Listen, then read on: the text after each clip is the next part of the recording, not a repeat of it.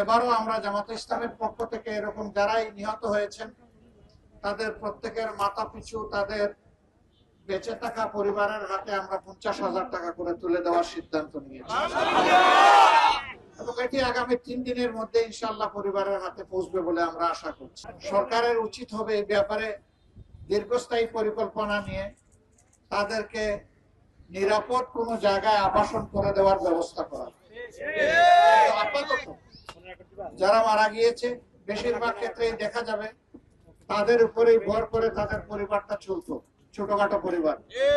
মারা যাওয়ার পরে এই পরিবারগুলো এখন চোখে অন্ধকার দেখছে। আমরা একটি দল হিসেবে আমরা মানবতার ডাকে সাড়া দেওয়ার চেষ্টা করি।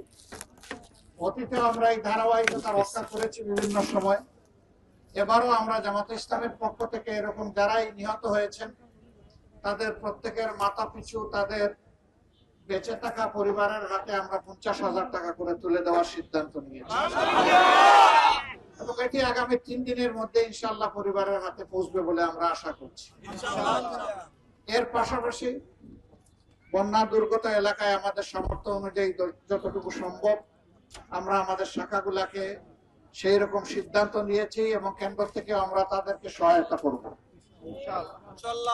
এর ভিত্তিতে আমরা এটা মনে করি না যে মানুষের যে ব্যাপক ক্ষয়ক্ষতি হয়েছে, ঘরদুয়ার অনেকের অনেক জায়গায় বিধ্বস্ত হয়ে পড়েছে, ক্ষেতের ফসল নষ্ট হয়েছে, পুকুরের মাছ কিংবা ঘেরের মাছ ভেসে গিয়েছে, গবাদি পশুর ক্ষতি হয়েছে, এই অল্প স্বল্প এগুলা সহযোগিতায় সব পুষায় যাবে এটা আমরা মনে করি না।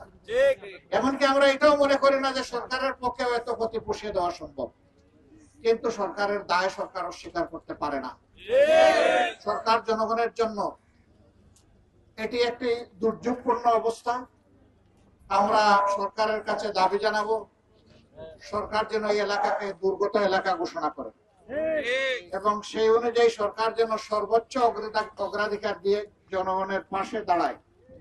কিন্তু জনগণের এই অর্থ যেটাই বরাদ্দ হবে এটার যেন কোনো ৯-৬ না হয়, কোন ডাকাতের হাত যেন এটার উপরে না পড়ে, কোন লুটেরার হাত যেন এটার উপরে না পড়ে।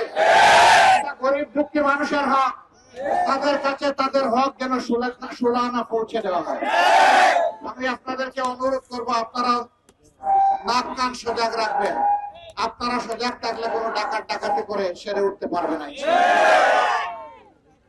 আমরা সুখে দুঃখে আপনাদের সাথে আছি, আমরা থাকবো। আল্লাহ যেন আমাদেরকে সেই তৌফিক দান করে।